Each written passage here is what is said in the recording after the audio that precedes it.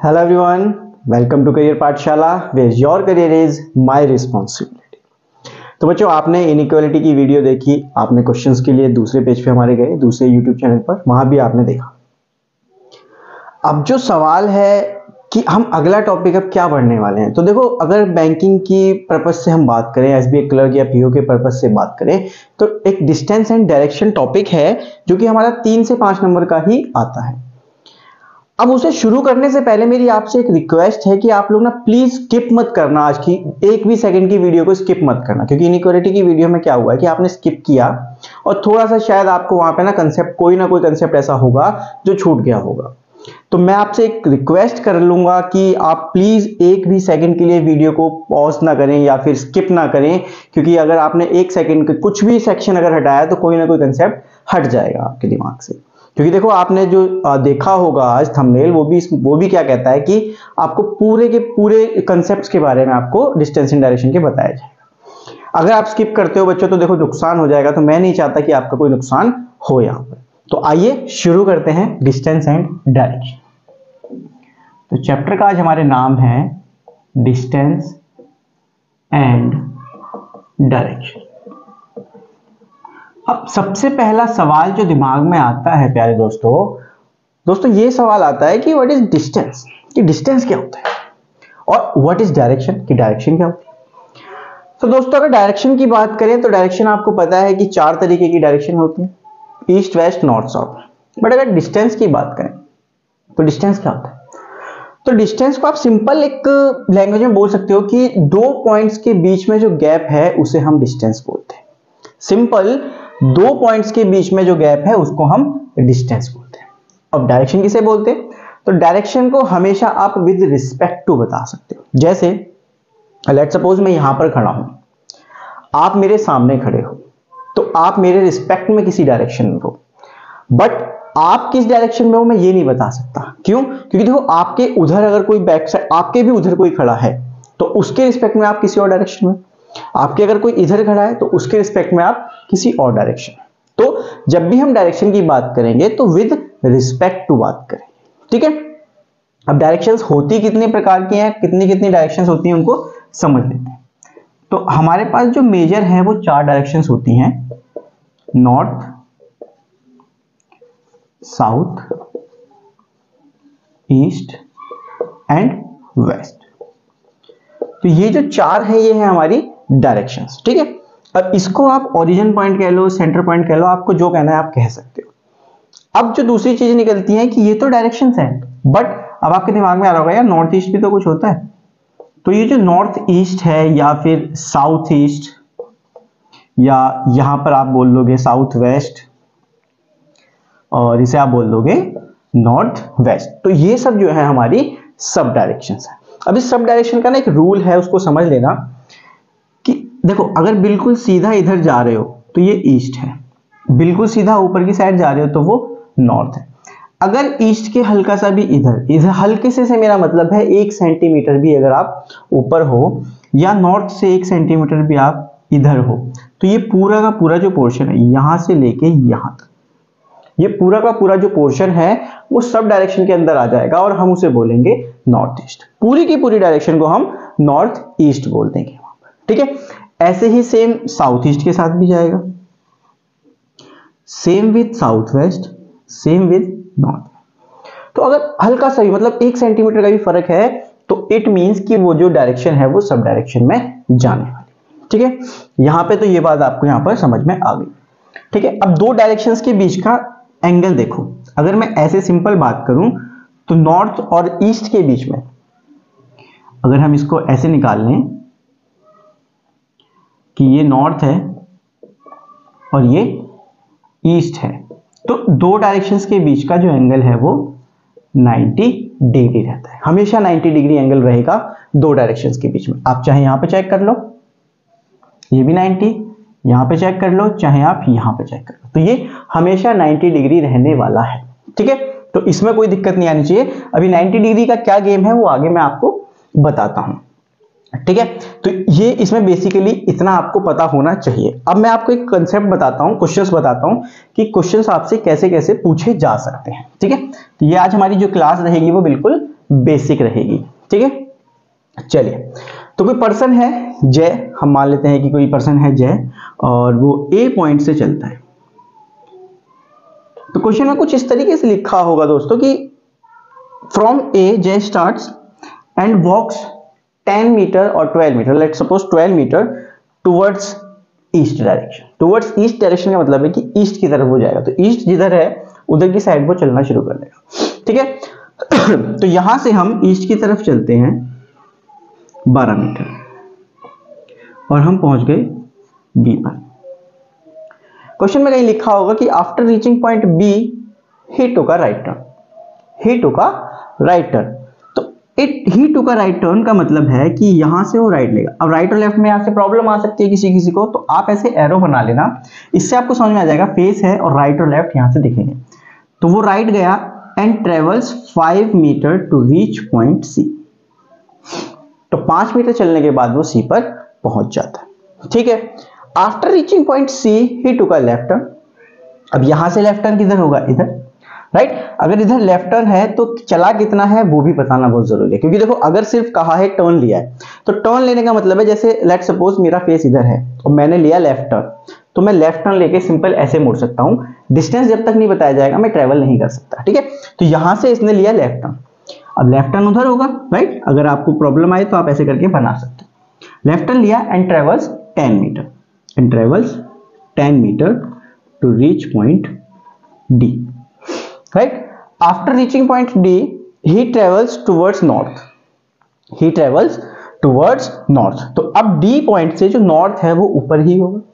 आप किसी भी पॉइंट से किसी भी डायरेक्शन की बात करें तो हमें उसी तरफ जाना। जैसे यहाँ पे समझो कि अब जो डी है वो सेंटर पॉइंट एक तरीके से, तो यहां से नॉर्थ ऊपर ही होगा, तो अगर नॉर्थ बोला गया है तो हम ऊपर जाएंगे। अगर ईस्ट बोला जाता तो हम और आगे चले जाते, वेस्ट बोलता तो हम पीछे आ जाते, और साउथ बोलता तो हम नीचे चले जाते। तो किसी भी पॉइंट से कोई पर्टिकुलर अगर आपको डायरेक्शन बोली जा रही है तो आप उसी डायरेक्शन की तरफ चल पड़े। ठीक है, तो अब डी से हमें बोला गया कि he travels towards north and travel 5 metre, right. ठीक है, तो यहां से ये बिल्कुल एकदम इन लाइन में आएगा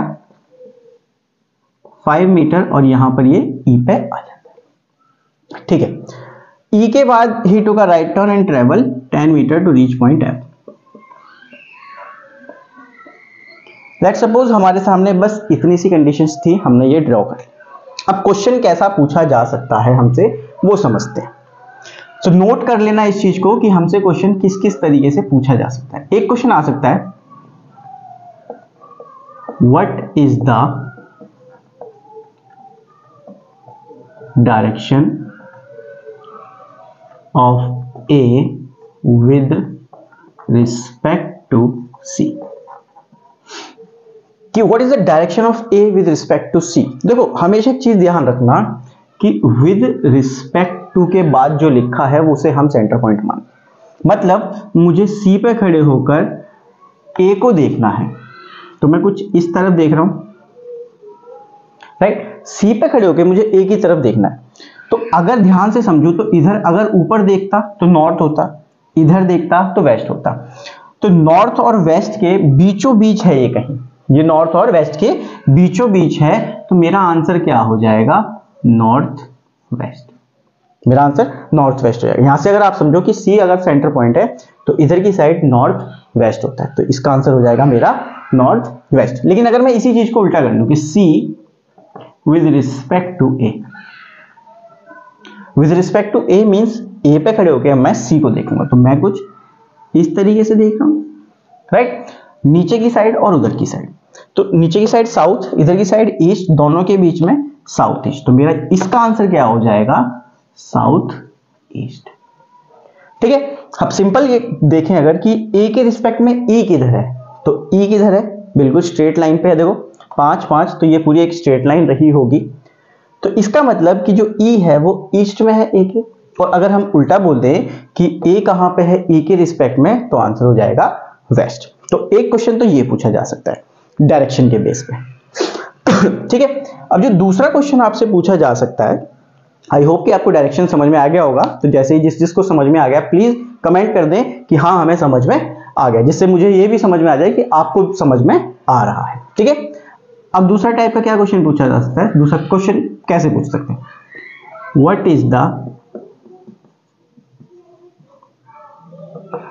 distance between A and C, कि ए और सी के बीच में डिस्टेंस क्या है। तो दोस्तों सबसे पहले समझने की जरूरत यह है कि डिस्टेंस से ये पूछना क्या चाहता है। अभी डिस्टेंस से पूछना क्या चाहता है पहले ये समझ में आ जाए। तो देखो कहीं पर भी अगर ये वर्ड लिखा है डिस्टेंस, अगर कहीं पर भी डिस्टेंस वर्ड लिखा है तो इसका मतलब है कि वो आपसे शॉर्टेस्ट डिस्टेंस के बारे में जानना चाहता है, कि वो आपसे शॉर्टेस्ट डिस्टेंस के बारे में जानना चाहता है। शॉर्टेस्ट डिस्टेंस बोल सकते हो आप, डिस्टेंस बोल सकते हो, या फिर और हो सकता है कि आपके सामने इसको एयर डिस्टेंस भी लिखा हुआ मिल जाएगा, इसको हम एयर डिस्टेंस भी बोल सकते हैं। ठीक है, तो डिस्टेंस, शॉर्टेस्ट डिस्टेंस और एयर डिस्टेंस सेम बात होगी। तो शॉर्टेस्ट डिस्टेंस होगी अगर ए और सी के बीच में, तो शॉर्टेस्ट डिस्टेंस का मतलब ये है कि आप कम से कम कितना चल के ए से सी तक पहुंच सकते हो। तो आप देख पा रहे हो कि यहां से यहां तो बहुत लंबा पड़ रहा है, तो आप क्या करोगे, शॉर्टकट लोगे, सिंपल ये वाला पाथ चुनोगे। अब हमें निकालना है ए से सी, तो आपने एक थ्योरम पढ़ी होगी, पाइथागोरस थ्योरम। अगर हम बात करें पाइथागोरस थ्योरम, राइट, तो पाइथागोरस थ्योरम क्या बोलती है कि H square is equal to P square plus B square, right. अब इसको हाइपोटेन्यूज कहते हैं, इसको बेस और इसको परपेंडिकुलर। तो एच स्क्वायर तो हमें निकालना ही है, तो ये as it is P square, P मतलब 12 का square, plus B square, B मतलब बेस, तो इसका 5 का स्क्वायर, राइट। 144 इसका हो जाएगा प्लस 25, तो कितना हो गया 169। तो H square is equal to 169। तो अगर आप यहां से स्क्वायर हटाओगे दोस्तों तो यहां पर ये रूट लग जाएगा, राइट। अब ये किसका रूट है, हमारा 13 का, तो h is equal to 13 metre. तो मेरे पास जो शॉर्टेस्ट डिस्टेंस आ जाएगा ए और सी के बीच का, वो आ जाएगा 13 मीटर, राइट। तो इसको एक बार नोट डाउन कीजिए, फिर देखते हैं कि आगे हम क्या कर सकते हैं।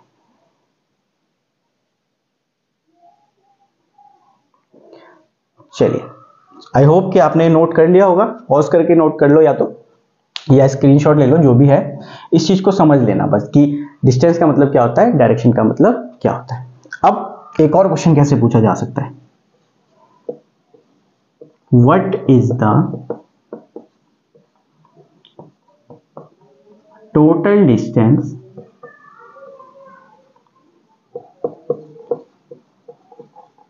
traveled from A to C, कि what is the total distance traveled from A to C। अब टोटल डिस्टेंस की बात हो रही है, इसका मतलब कि आपको A से C तक जाने के लिए कितना चलना पड़ा, आपको ये बताना है, सिंपल। शॉर्टेस्ट डिस्टेंस का मतलब था कि कम से कम कितने चल के आप पहुंच सकते हो।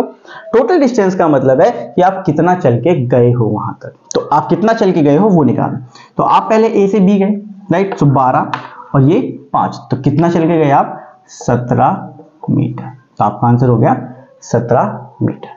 क्लियर, कि अगर टोटल डिस्टेंस पूछ रहा है तो हम सारा सम कर देंगे कि हम जिस पाथ पे भी चले हैं हम वही वाली बात को, मतलब उसी पाथ के पूरे डिस्टेंस को सम कर देंगे। और अगर शॉर्टेस्ट डिस्टेंस बोल रहा है या डिस्टेंस बोल रहा है तो हम सबसे छोटा रास्ता ढूंढेंगे कि हम वहां से वहां दूसरे पॉइंट तक कैसे पहुंच सकते हैं। ठीक है, चलिए अब एक और चीज यहां पर समझते हैं कि डिग्रीज में अगर बोला जाए तो हमें क्या करना है। ठीक है, आई होप कि आपको यहां तक समझ में आ गया होगा। कमेंट करके बताना कि यहां तक सारे पॉइंट्स क्लियर हुए या नहीं हुए। ठीक है, सो बताना जरूर कमेंट करके कि क्लियर है या नहीं। ठीक है, चलो अब आगे चलते हैं, थोड़ा सा एक और थोड़ा सा कंसेप्ट देखते हैं, सेम कुछ इसी तरीके का।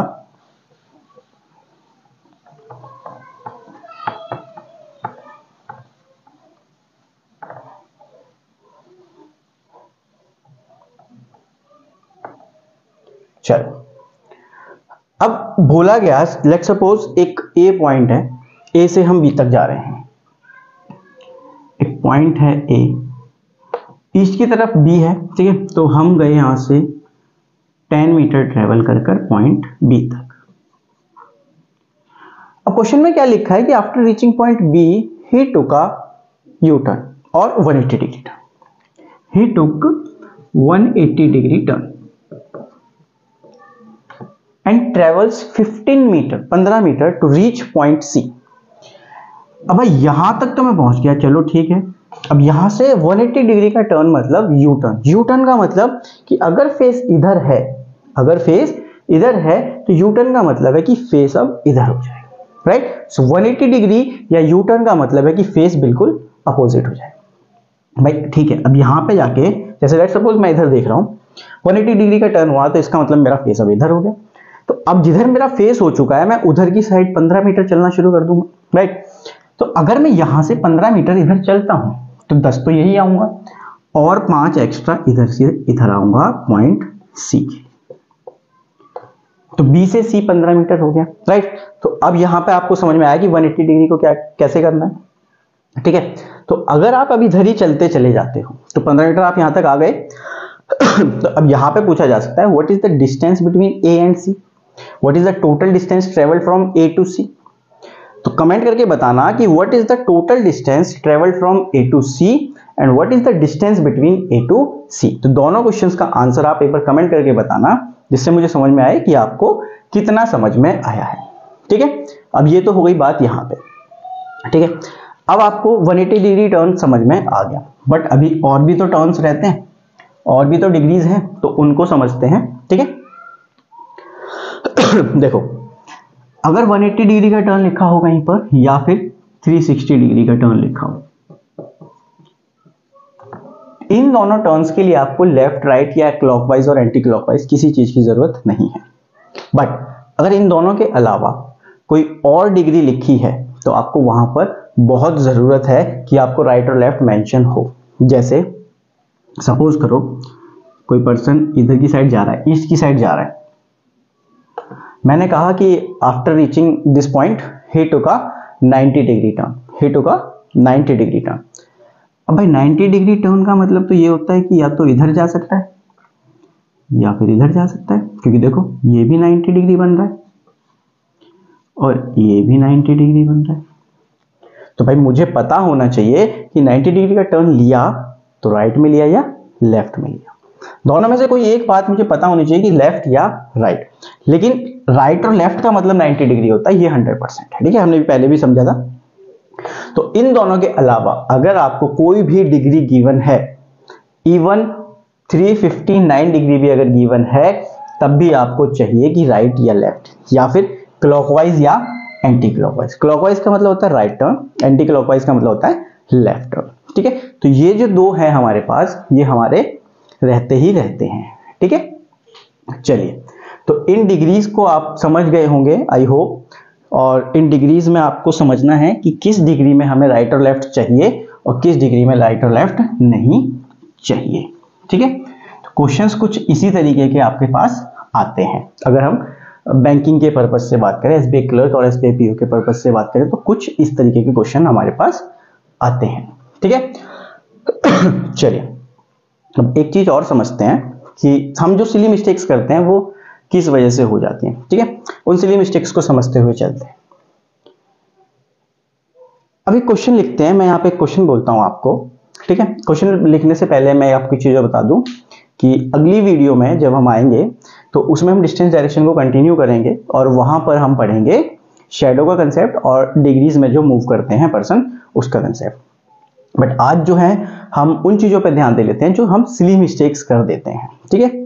तो क्वेश्चन कुछ इस तरीके से है, मैं यहां पर बोल देता हूं, आप लोग एक बार ट्राई करना, और मैं लिख देता हूं चलो, कि क्वेश्चन कुछ ऐसा है कि point A is in north of B and C. Then B is in which direction with respect to C? इसका आंसर आप कमेंट करिए और फिर आप चेक करना कि आपका आंसर सही है या गलत है, ठीक है। तो हमें सिंपल बोला गया कि point A is in north of B and C। तो बी और सी के वो नॉर्थ में है, ऐसा भी पॉसिबल है। दूसरी चीज ये भी पॉसिबल है कि ए और बी ऐसे हों और सी यहां पर हो, इट इज पॉसिबल, राइट। या फिर ऐसे भी हो सकता है कि ए सी और बी। अब किसी के दिमाग में ये भी आ सकता है कि हम ऐसे बनाते हैं बी और सी को, नहीं, अगर आप ऐसे बनाते हो, देखो ए बी सी, तो ए जो है वो नॉर्थ में नहीं रहेगा एक तो बी के, और सी के भी नॉर्थ में नहीं रहेगा, इसके नॉर्थ ईस्ट में हो जाएगा, इसके नॉर्थ वेस्ट में हो जाएगा। हमें क्वेश्चन में बोला गया कि is in north of B and C, तो वो दोनों के ही नॉर्थ में है, तो इसका मतलब कुछ ऐसा या फिर ऐसा, मतलब तीनों के तीनों पॉइंट्स जो हैं वो एक लाइन में ही होंगे, ऐसे नहीं हो सकते। क्लियर? तो इस कंडीशन में आप क्या करोगे, आप ये भी आंसर कर सकते हो, आप ये भी और ये भी, तीनों में से कोई भी बात हो सकती है। तो जब भी मेरे आंसर एक से ज्यादा आंसर आएंगे, मेरे अगर आंसर एक से ज्यादा सही हो सकते हैं, तो उस कंडीशन में मैं आंसर कर दूंगा सी एंड डी की कैन नॉट बी डिटरमाइन। एक ऑप्शन होगा, या तो सी एंड डी लिखा होगा या कैन नॉट बी डिटरमाइन लिखा होगा। ठीक है, तो आप ये कंसेप्ट को समझना, इसका जो सिली मिस्टेक्स हो सकती हैं वो ये है कि हम ये कर सकते हैं बट यहाँ पे तीनों आंसर्स आ सकते हैं, तो इसलिए हम ऐसे क्वेश्चन को, बहुत ट्रिकी क्वेश्चन हो जाते हैं कभी कभी, कि हम इसी तरीके से रखेंगे। ठीक है, एक और ट्रिकी क्वेश्चन मैं आपको बताता हूँ, ट्राई करते हैं। ठीक है, उसमें भी सिली मिस्टेक हो सकती है, देखते हैं कि किस किस का आंसर सही आता है। चलो ट्राई करते हैं, देखते हैं किस किस का आंसर सही आने वाला है। लिख लेते हैं कि point A is in west of B,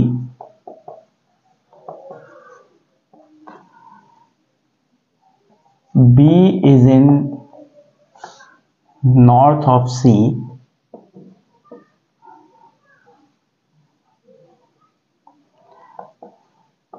D is in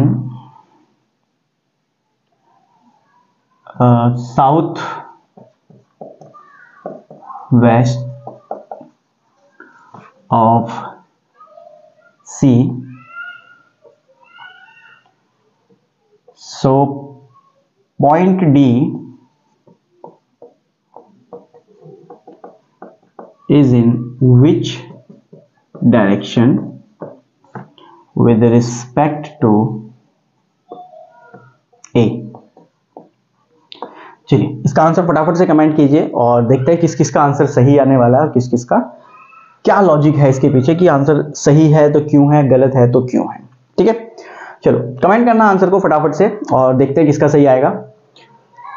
point A is in west of B, तो जो ए है वो बी के वेस्ट में, तो बी के वेस्ट में ए यहां, clear. B is in north of C, तो बी जो है वो नॉर्थ में है सी के, तो कुछ इस तरीके से कि भाई बी जो है वो नॉर्थ में है सी के।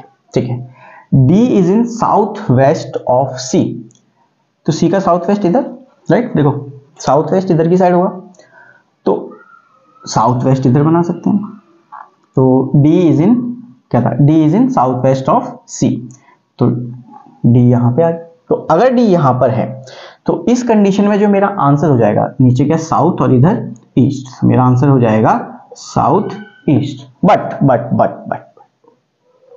मैंने कहा साउथ वेस्ट, क्या ऐसा नहीं हो सकता कि ये डी यहां तक पहुंच जाए, कि डी यहां पर हो ए के बिल्कुल नीचे? भाई साउथ वेस्ट बोला गया, ये थोड़ी बताया गया कि कितना चला, राइट। तो अगर ऐसी पॉसिबिलिटी है तो उस कंडीशन में आंसर साउथ हो जाएगा। बट यहां पे रुके ऐसा भी तो पॉसिबल नहीं है ना, कि डेफिनेट नहीं बता कि यहीं पे रुके, तो और भी तो एक्सटेंड करके वो यहां जा सकता है। तो अगर वो और जा रहा है तो साउथ वेस्ट आंसर हो जाएगा, तो इस कंडीशन में मेरा आंसर साउथ वेस्ट हो जाएगा। तो यहां पे क्या समझ में आया मुझे, कि मुझे डिस्टेंस के बारे में नहीं पता था, तो अगर मुझे डिस्टेंस के बारे में नहीं पता तो मैं आंसर नहीं कर सकता, सिंपल, राइट। तो इस कंडीशन में मेरे पास तीनों आंसर आ सकते हैं। तो अगर तीनों आंसर आ सकते हैं तो अगेन वही बात कि एक से ज्यादा आंसर, मल्टीपल आंसर्स आ रहे हैं, तो इधर और या तो ऑप्शन मिल जाए या फिर तीन ऑप्शन है, तो भाई इस कंडीशन में तो सी एंड डी ही मिलेगा, कि कैन नॉट बी डिटरमाइंड। ठीक है, तो ये चीज क्या थी कि डिस्टेंस पर डिपेंड कर रही थी कि डिस्टेंस तो यार हमें गिवन ही नहीं है, अगर डिस्टेंस गिवन नहीं है तो फिर हम करेंगे कैसे, राइट। तो ये चीज डिस्टेंस की वजह से यहां पर सी एंड डी चली जाती है। ठीक है, अब एक चीज और समझ लो आप, यहीं पर कोई क्वेश्चन नहीं लिखवा रहा हूं, ठीक है, वैसे ही एक रैंडम बता रहा हूं कि डिस्टेंस होने के बाद भी हमारी चीजें कैसे गलत हो सकती हैं। देखो कोई पॉइंट ए है, यहां से जो बी है वो ईस्ट में है, ठीक है, यहां से क्या होता है कि ये पर्सन यू टर्न ले लेता है और 5 मीटर ट्रेवल करके सी तक पहुंच जाता है। यहां से बी से वो ट्रेवल करके 5 मीटर सी पे पहुंच जाता है। तो अब क्वेश्चन पूछा जा रहा है कि A is in which direction with respect to C. आप कहोगे कि सर यहां तो डिस्टेंस गिवन है, राइट, बट दोस्तों देखो समझने की कोशिश करना कि यहां से यहां का डिस्टेंस नहीं पता, यहां से सी का मुझे पता है कि बी और सी के बीच में 5 मीटर का है और सी ए की साइड पे ही कहीं पर है। ऐसा हो सकता है कि ये ए और बी जो है वो 5 मीटर के हो, तो सी भी यहां पे आके रुक जाएगा, तो सी और ए एक ही पॉइंट पे हो जाएंगे। पॉसिबिलिटी ये भी है दोस्तों कि ये 4 मीटर का हो, तो जो सी है वो इससे 1 मीटर आगे जाके रुकेगा, तो इस कंडीशन में आंसर कुछ और हो सकता है। पॉसिबिलिटी ये भी है कि ए और बी 6 मीटर के हों और सी फिर उस हिसाब से यहां पर आकर रुक जाएगा, राइट। तो ये भी तो पॉसिबिलिटी है। अब डिस्टेंस गिवन है बट शुरू का डिस्टेंस गिवन नहीं था, ए और बी के बीच में जो कितनी दूरी है वो तो हमें पता ही नहीं था, तो अगर हमें वो नहीं पता तब भी हम आंसर नहीं कर सकते, राइट। तो डिस्टेंस का होना भी बहुत जरूरी है हमारे क्वेश्चन के लिए। तो क्वेश्चन देखो कुछ इस तरीके से ही आपको मिलने वाले हैं कि उसके राइट में उसके लेफ्ट में हमें टर्न करना, जैसे हमने शुरू में पहला क्वेश्चन किया कि ए टू बी गए, B to C, then right turn left turn, ऐसे ही करके आपको वहां पर क्वेश्चंस मिलने वाले हैं। तो आज की क्लास को यहीं तक रखते हैं। नॉर्मल बेसिक्स मैंने आज आपको समझा दिए हैं, कल की क्लास भी मिस मत करना, क्योंकि कल की क्लास में मैं क्या आपको डिग्री वाले क्वेश्चन समझाऊंगा और कुछ क्वेश्चंस ऐसे बताऊंगा जिसमें स्टार्टिंग पॉइंट हमें गिवन ही नहीं है कि हम नॉर्थ गए हैं या साउथ गए हैं, ईस्ट गए हैं, वेस्ट गए, हम किस डायरेक्शन में हमने पहला मूवमेंट लिया है हम वो चीज जानते ही नहीं है, बट हमसे पूछा जा रहा है कि हमने पहला मूवमेंट किस डायरेक्शन में लिया। तो हम वो वाले क्वेश्चंस करेंगे, हम शेडो वाले क्वेश्चंस करेंगे और हम डिग्री वाले क्वेश्चंस भी करेंगे। तो बच्चों मिलते हैं अगली क्लास में, तब तक अपना ध्यान रखें और कंसिस्टेंटली प्रिपेयर करते रहें। Thank you.